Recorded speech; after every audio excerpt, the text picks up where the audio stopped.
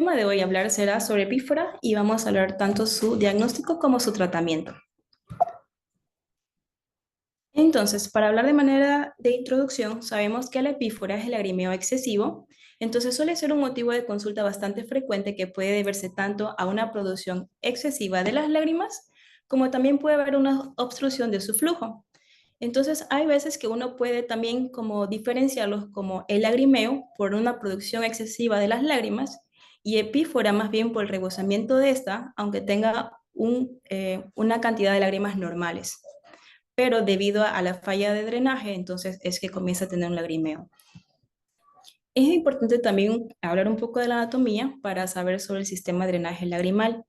Tenemos cuatro ubicaciones anatómicas importantes. Iniciamos con los puntos lagrimales, que vamos a ver que van a encontrarse tanto superior e inferior. De los puntos lagrimales va a continuar con los canalículos lagrimales.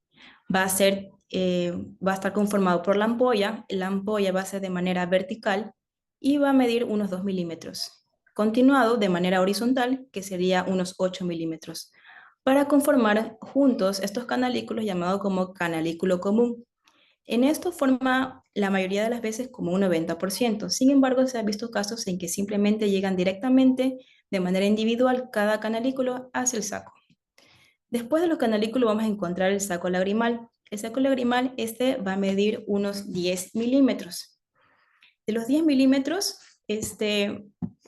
vamos a continuar con el conducto nasolagrimal y el conducto nasolagrimal va a medir unos 12 milímetros en la parte más distal. Va a terminar en el cornete inferior. Y parte del sistema de drenaje también es importante mencionar que está compuesto con dos válvulas principales. Tenemos la válvula de Hassner, que está de la manera más distal, después del conducto nasolagrimal, y el de Rosenmüller, que se va a encontrar entre el canalículo común y el saco lagrimal. Ahora, si esto es la parte anatómica, vamos a hablar ahora de la parte de la fisiología. Entonces, ¿cómo consiste esto? Prácticamente es dado por el bombeo, ¿no? Entonces, las lágrimas se secretan por las glándulas lagrimales y accesorias, van a ubicarse de la manera de los bordes palpebrales, tanto superior e inferior. Entonces, va a formar como en la parte de la carúncula está el lago lagrimal, y el momento en que ya se va a parpadear, entonces existe esta contracción del músculo orbicular pretarsal que va a crear como una presión positiva. Entonces va a empujar justamente en las ampollas y esto va a hacer que la lágrima se vaya a dirigir y vaya a llenar todo este sistema de drenaje hasta el conducto nasolagrimal. Después de este, el momento que ya se abren los ojos, entonces va a crear otro efecto. Entonces lo que hace primero es que estos canalículos y el saco se vayan a expandir y haya más bien una presión negativa a esta. Y así vuelve a continuar con el llenado y el drenaje en general. Algo también importante que mencionar son los tipos de secreciones lagrimales. Recordando nomás que hay dos tipos, tenemos la secreción lagrimal basal, que es lo que va a mantener principalmente el ojo húmedo. Tenemos también una parte de la lágrima que se pierde por la evaporación y tenemos una secreción lagrimal refleja. Esta quiere decir que va a estar dado por respuesta a estímulos que usualmente están irritando a la superficie ocular. Entonces, puede esta aumentar, por ejemplo, si uno está expuesto al viento, al frío, a los cuerpos extraños, si tiene una irritación conjuntival, incluso por las emociones. Pero siempre y cuando esto también ayuda mucho a que tenga esta secreción lagrimal y puede ser evacuado por el sistema de drenaje que hemos mencionado anteriormente. Ahora sí, hablando un poco más ya de las causas, me gusta esta clasificación por Blackmore y Nemeth. Lo dividen en tres partes principales. Entonces tenemos la primera, que es la hipersecreción. Esta es la más importante y suele ser la que más frecuente nos llegan los pacientes a consulta.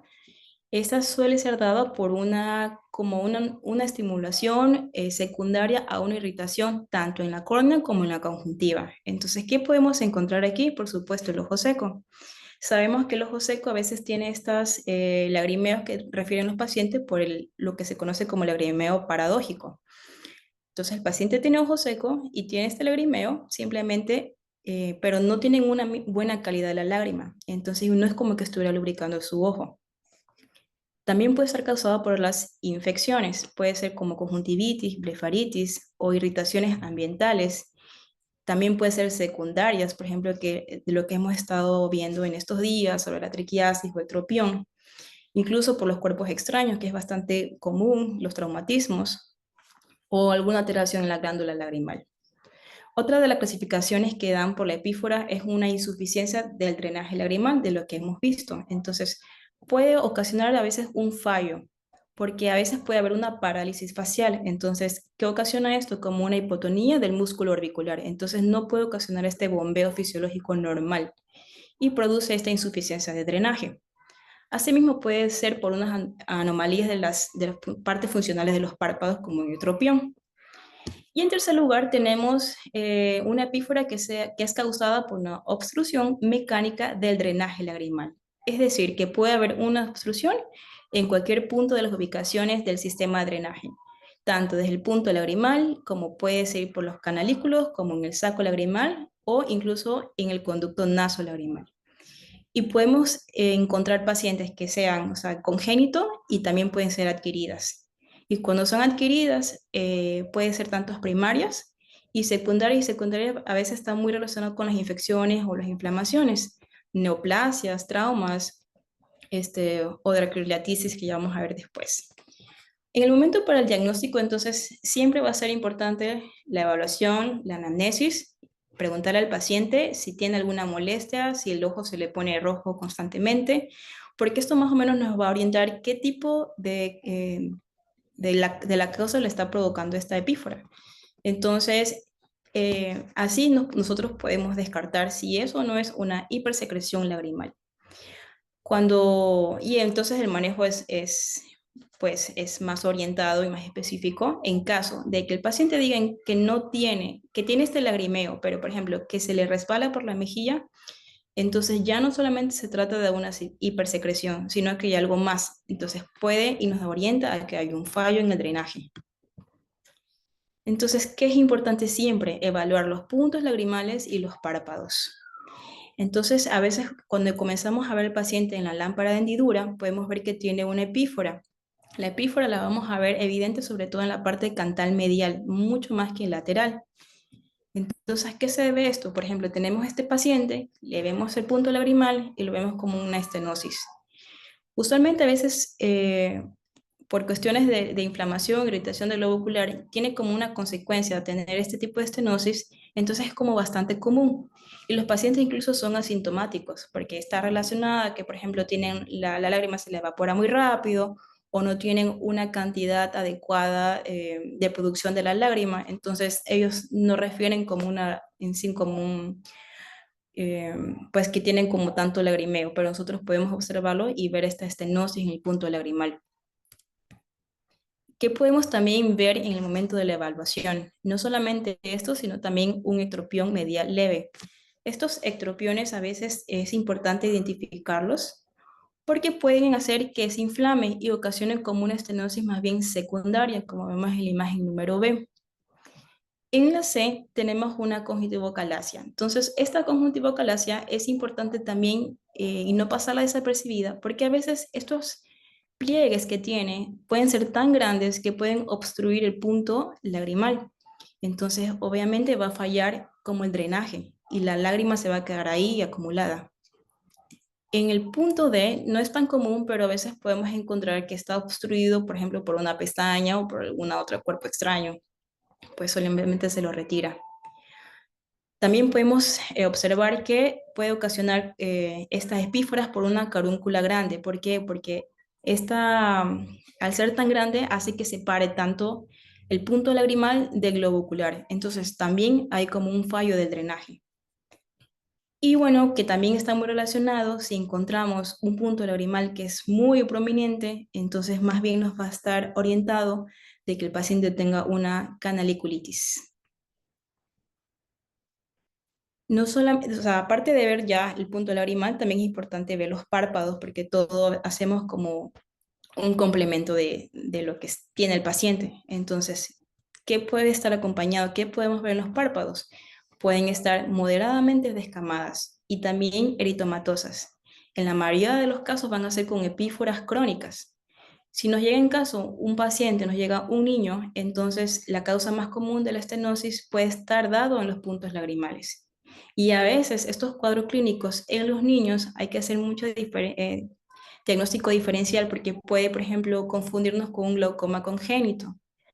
Pero recordando que un glaucoma congénito también tiene sus propias características como blefaroespasmo, la fotofobia, obviamente la epífora, de pronto también puede tener edema corneal o buftalmos, entre otras cosas. Entonces hay que hacer bien en cada detalle bien la evaluación. Y otra cosa también importante en el momento del examen es que se debe palpar el saco lagrimal. A veces palpándolo puede haber o no dolor, o sea, puede ser agudo o a veces puede ser crónico. Y si en el momento de que palpamos el saco lagrimal, puede a veces presentarse un material mucopurulento, que más que nada es que indica la presencia de un mucocele, que está relacionado sobre todo que hay un sistema canalicular que es permeable, no hay problemas, o sea, sabemos que hasta ese punto está todo muy bien, sin embargo, esto nos puede dar una indicación de que hay una obstrucción en la parte más distal del sistema de drenaje o en la parte más inferior. Entonces, ok, entonces vamos a tener al paciente y vemos este menisco lagrimal alto. El paciente a veces no sabe que está como una epífora, es como que fuesen asintomáticos. Esto no es normal. Lo normal es un rango que se debe ver entre 0.2 y 0.4. Cuando vemos este menisco tan alto, podemos orientarnos obviamente que si hay un daño, puede ser leve o parcial, del sistema de drenaje. Entonces hacemos pruebas. Una de esas pruebas es la prueba de la desaparición de la fluoroceína.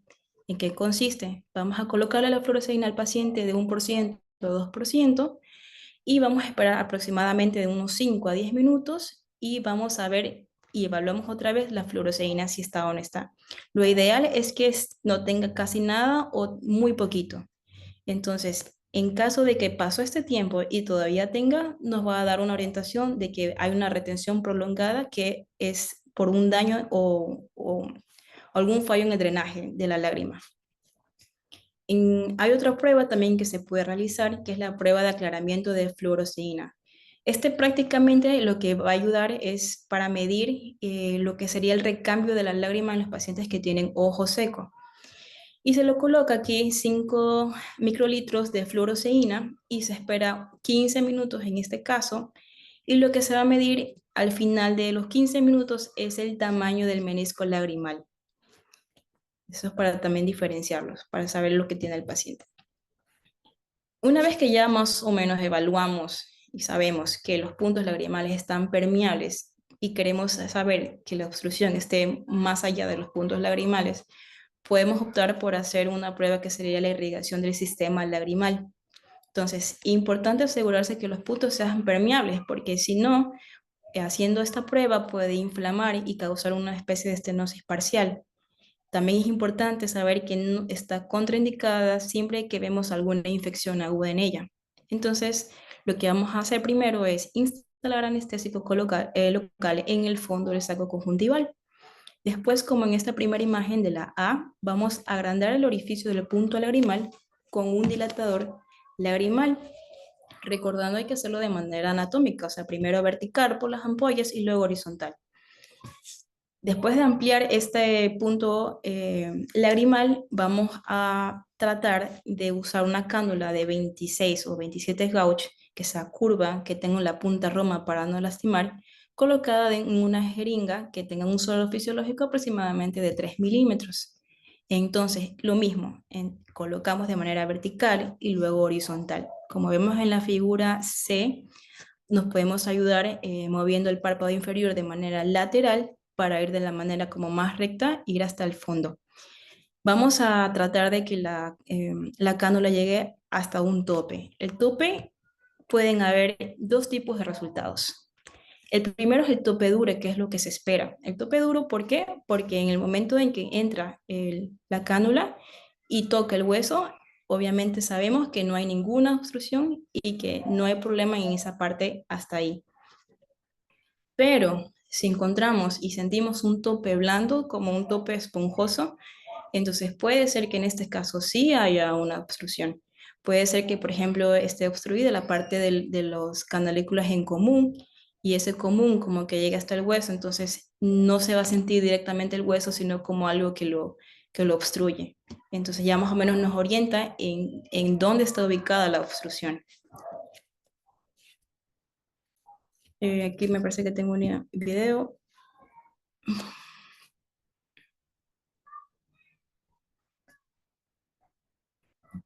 Entonces está acompañado tanto de la dilatación y la irrigación. Se coloca la anestesia tópica y también anestesia directamente en el punto lagrimal. Se lo empapa en un hisopo y se deja unos cuantos segundos. Y bueno, se procede a dilatar los puntos lagrimales.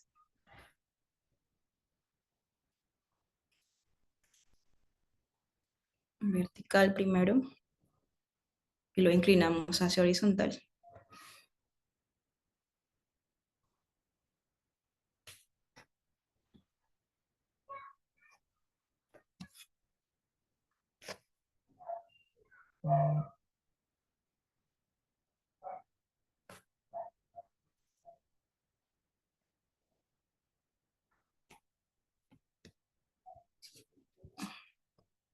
Entonces con la cánula así, curva, con la punta roma, para llegar hasta el tope y luego irrigar. La irrigación es importante porque ya sabemos que no hay obstrucción hasta el saco, pero si el paciente siente en su garganta el suero, entonces sabemos que es permeable todo el sistema de drenaje.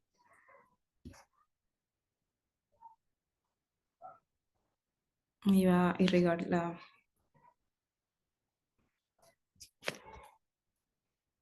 Ya es prácticamente eso nada más. Después de estas pruebas también se puede hacer otras pruebas como la prueba de Jones con colorante. Esta se debe utilizar principalmente cuando hay una sospecha de obstrucción parcial, porque el paciente ya sintió el suero en su garganta. Entonces, si hay una obstrucción parcial en el sistema de drenaje en general, entonces puede existir la epífora, pero no hay una anomalía del punto lagrimal y el paciente sabe que en total en su sistema está bastante permeable. Pero entonces, esto es para ubicar en qué parte tiene esta obstrucción parcial. Entonces tenemos la prueba primaria.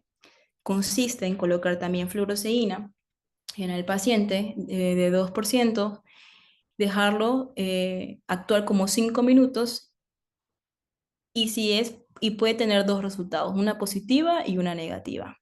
Después de los 5 minutos vamos a colocar un hisopo en el cornete inferior de ese mismo lado y vamos a ver que si fluye la fluoroceína y llega hasta el hisopo, entonces es positiva y todo el drenaje pues es permeable.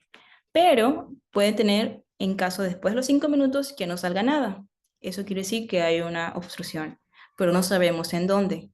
Entonces puede ser tanto distal como en el conducto nasolagrimal o puede ser mucho más proximal, que sea en los canalículos. Cuando sale negativa, entonces podemos optar por hacer una prueba secundaria. En este caso, lo que se le va a agregar es la irrigación. Entonces, lo mismo, se va a colocar la cánula y va a llegar hasta el saco y va a irrigar de la misma forma que mencioné anteriormente. Y el momento de irrigación, esa fuerza puede ser que ya, si tuvo una obstrucción parcial, pues caiga y entonces sale positiva y pues sabemos que igual sigue siendo igual permeable, aunque parcial. Y si es negativa, ya son casos más graves. Eso quiere decir que simplemente la obstrucción se encuentra en la parte más proximal y que la fluoroceína ni siquiera alcanzó al saco lagrimal. Entonces, por ejemplo, en este caso, en este niño, podemos ver en su fosa nasal izquierda, como con azúcar cobalto se ve la fluoroceína claramente. Y en cambio en su ojo derecho, pues está todo todavía en la superficie ocular. Otra forma de diagnóstica también para poder conocer la ubicación es la darciostografía. Entonces, este consiste en que es con medio de contraste. Se va a colocar entonces y se va a inyectar en un medio de contraste que sea radiopaco en los canalículos y se va a obtener varias adquisiciones radiológicas de imágenes amplias.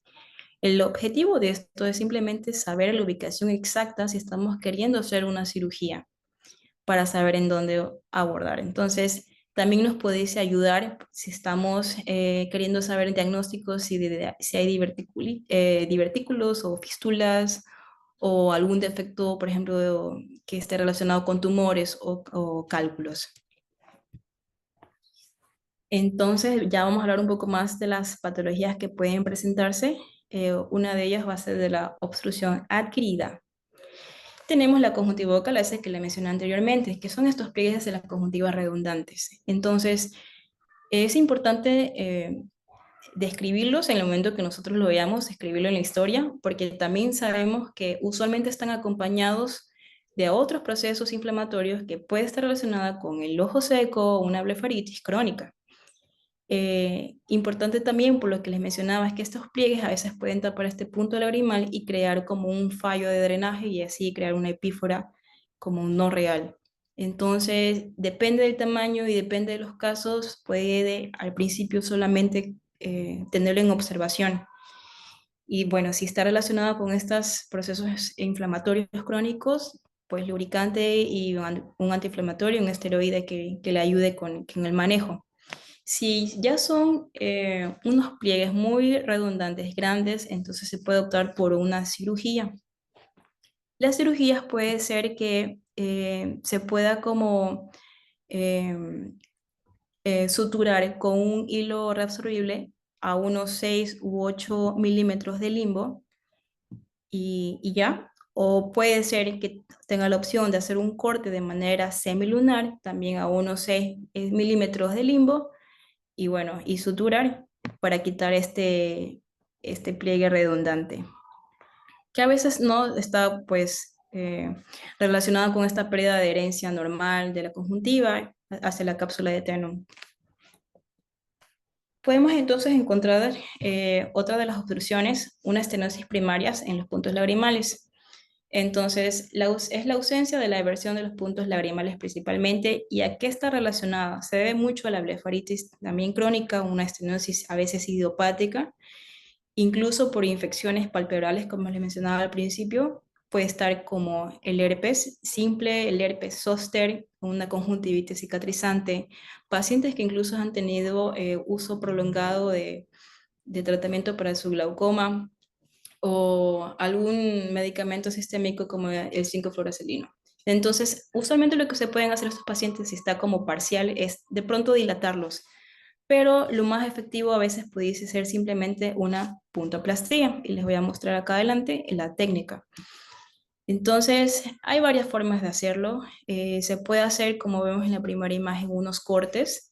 Pueden hacer 2, 3 cortes. En este caso se hicieron 2 cortes. Y lo que se va a tratar es retirar la pared posterior de la ampolla del conducto y dejarlo abierto para que sea más permeable. Entonces, en la figura número B se ve cómo queda este punto de plastilla realizado de 2 cortes. Ya es un postoperado, esperando la cicatrización. Las maneras pueden ser varias, porque puede ser tanto mecánica, se puede hacer un láser, se puede hacer como unas microcirugías. Incluso después de hacer los cortes le pueden colocar como un stent para mantener esto permeable de manera transitoria. Acá también les muestro un videito.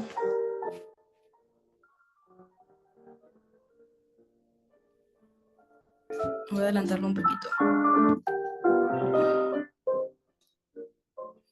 Ok, va a hacer los cortes.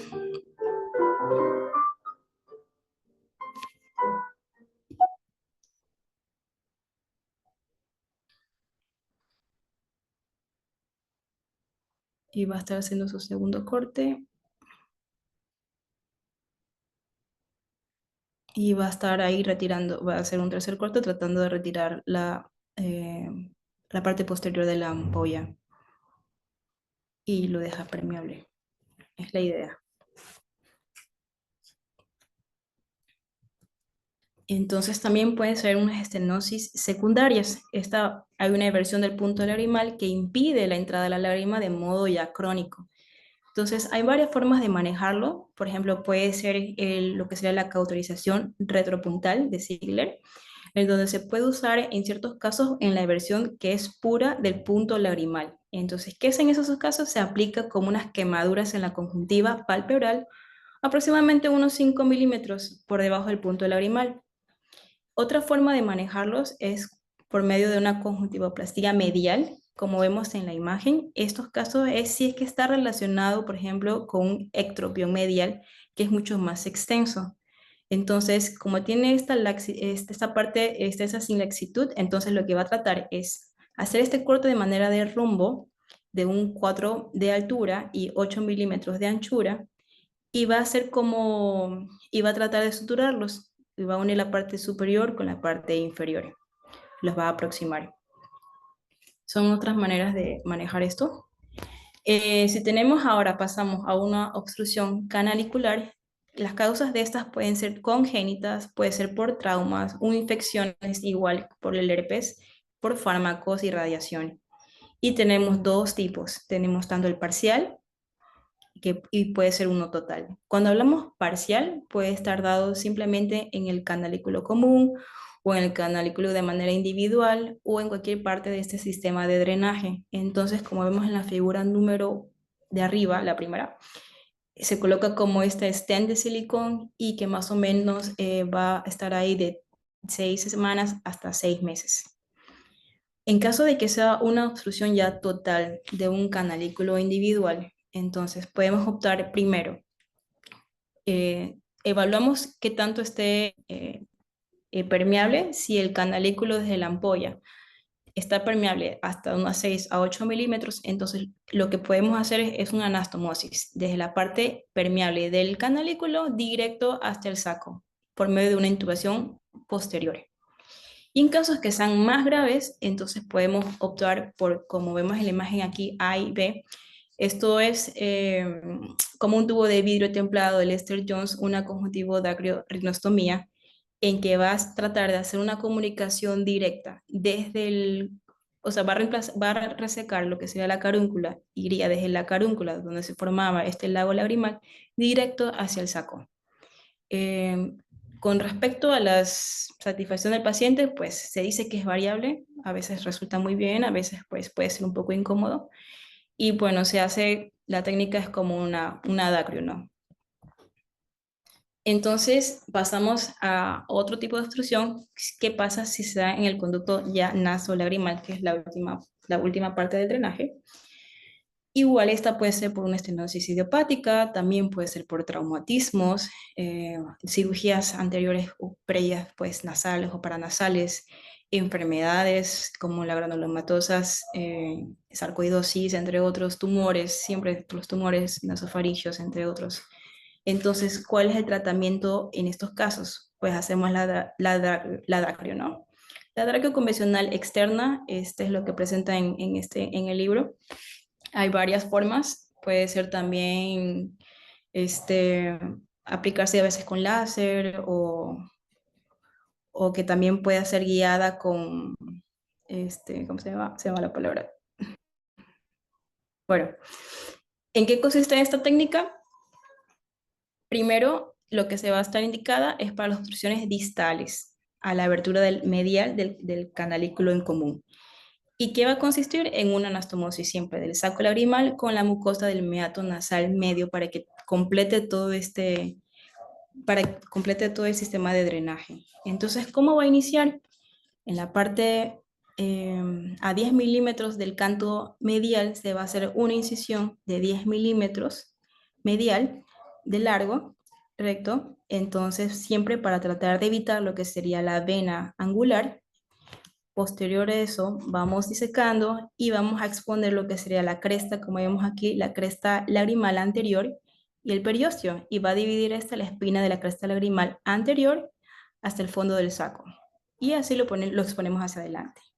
En la imagen de acá, ya lo que vamos a observar acá es que se va a extirpar lo que sería ya la cresta, lo que antes se veía, eh, y también vamos a extirpar lo que sería el hueso de la fosa lagrimal. Cuando ya tenemos estos conductos ya pues permeables, entonces en la imagen de acá, de la número sería la D, hacemos un tipo de incisión. Este tipo de incisión lo va a hacer como en forma de H, en este caso que es convencional, para tratar los colgajes, uno anterior y posterior, que van a ser posteriormente suturados. Y después de estos, lo que se va a hacer es de crear estos colgajos, pues suturarlos nuevamente para sellar y ya pues, se cierra toda la parte anterior, posterior, luego anterior y bueno, hasta luego cerrar la piel. Bueno, eso aquí es una cirugía de los que les mencionaba. La incisión entonces cutánea.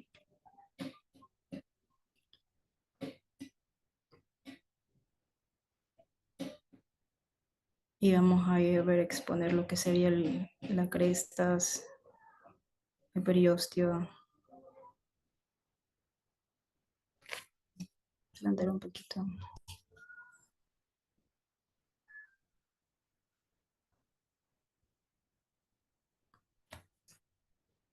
Ahí se hace cuando se extirpa tanto la cresta como el hueso de la fosa lagrimal.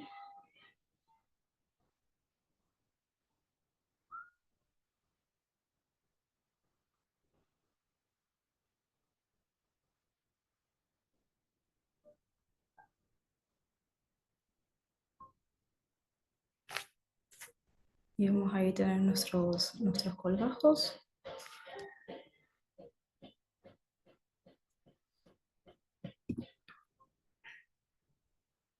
Y comenzamos a suturar tanto el colgajo posterior y luego el anterior.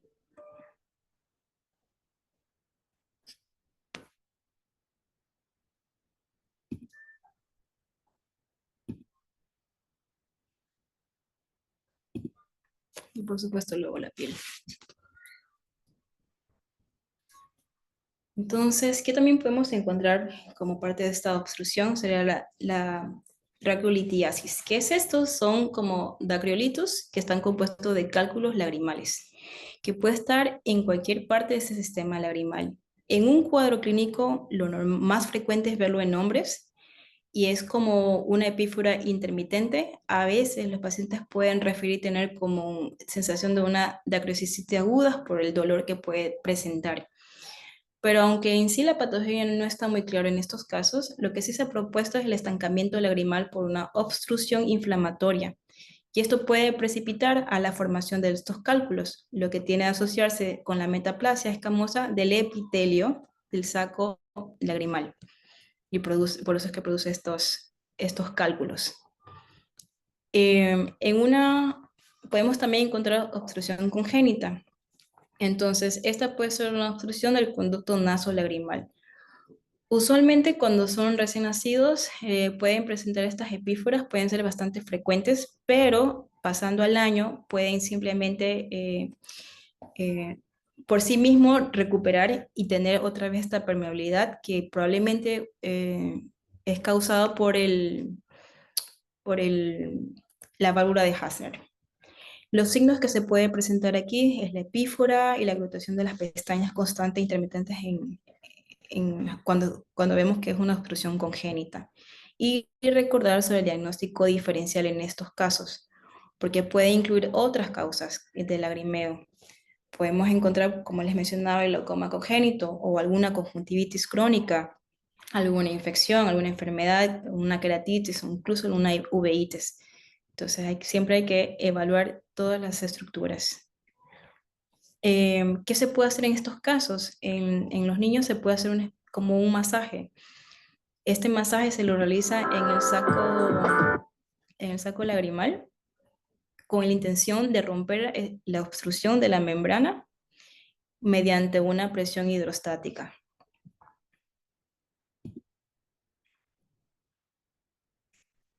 Entonces, es hacer una presión directo sobre el saco.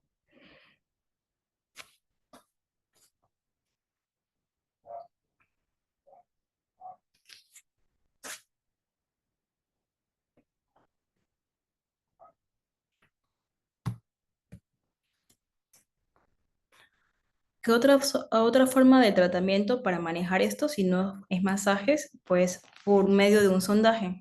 Por supuesto, se lo tiene que hacer con anestesia general y lo que se hace es introducir este alambre fino por el sistema canalicular y el conducto nasolagrimal, con el propósito de romper la obstrucción membranosa que llega hasta la válvula de Hasner.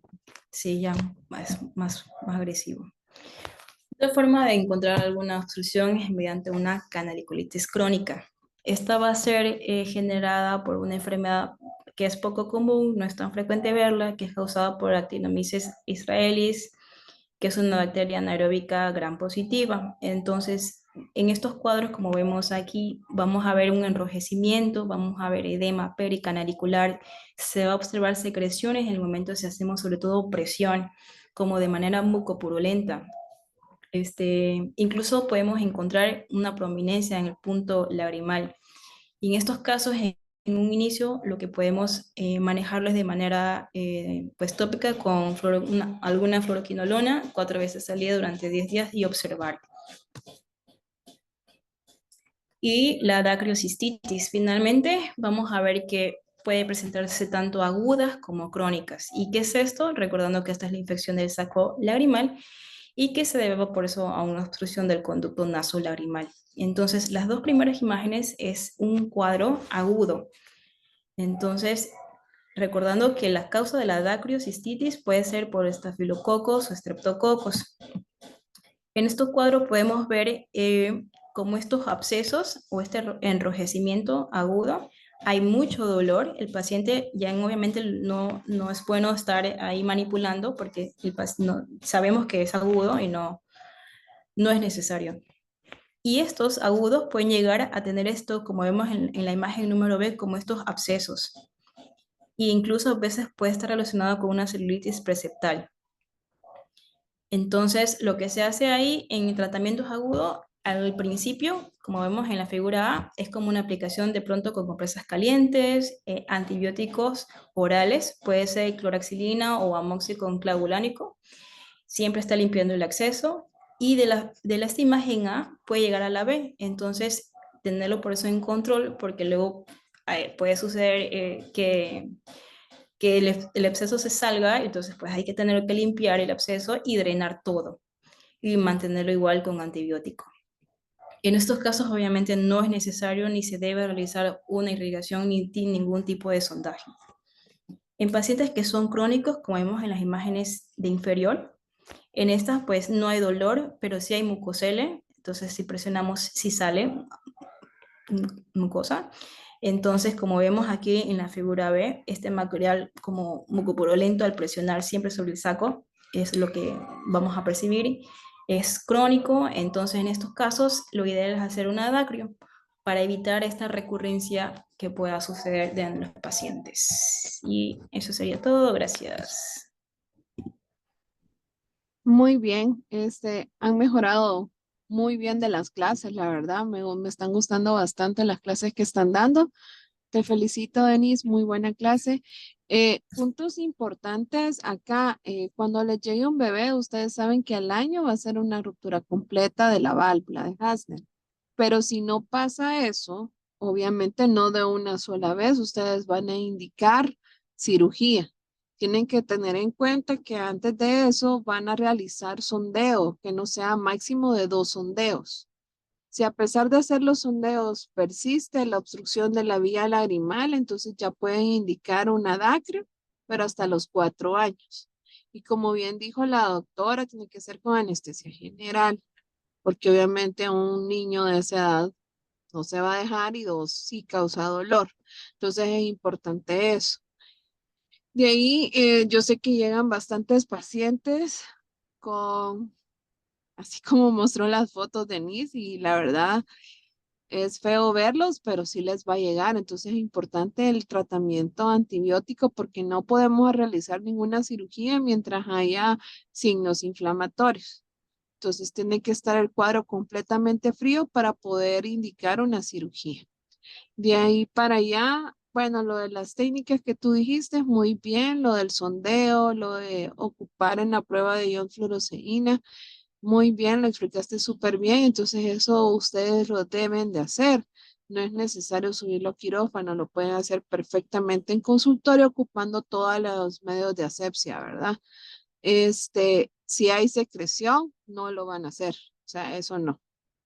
Y esa carita, bueno, ¿cómo es que se llama? De ahí para allá, pues todo muy bien, la verdad, la Dacrio creo que es una cirugía que solo le gusta a los oculoplásticos. Este, pues, qué bueno por ellos. No sé si el doctor Jonathan quiere comentar algo. Doc, lo único es que en la Dacrio siempre tener cuidado con la arteria angular que está ahí medial, en el canto medial, entonces lo ideal es trabajar como a 8 o 10 milímetros del canto medial para no ir a tocar la arteria angular porque sangra mucho y se convierte en una pesadilla el procedimiento.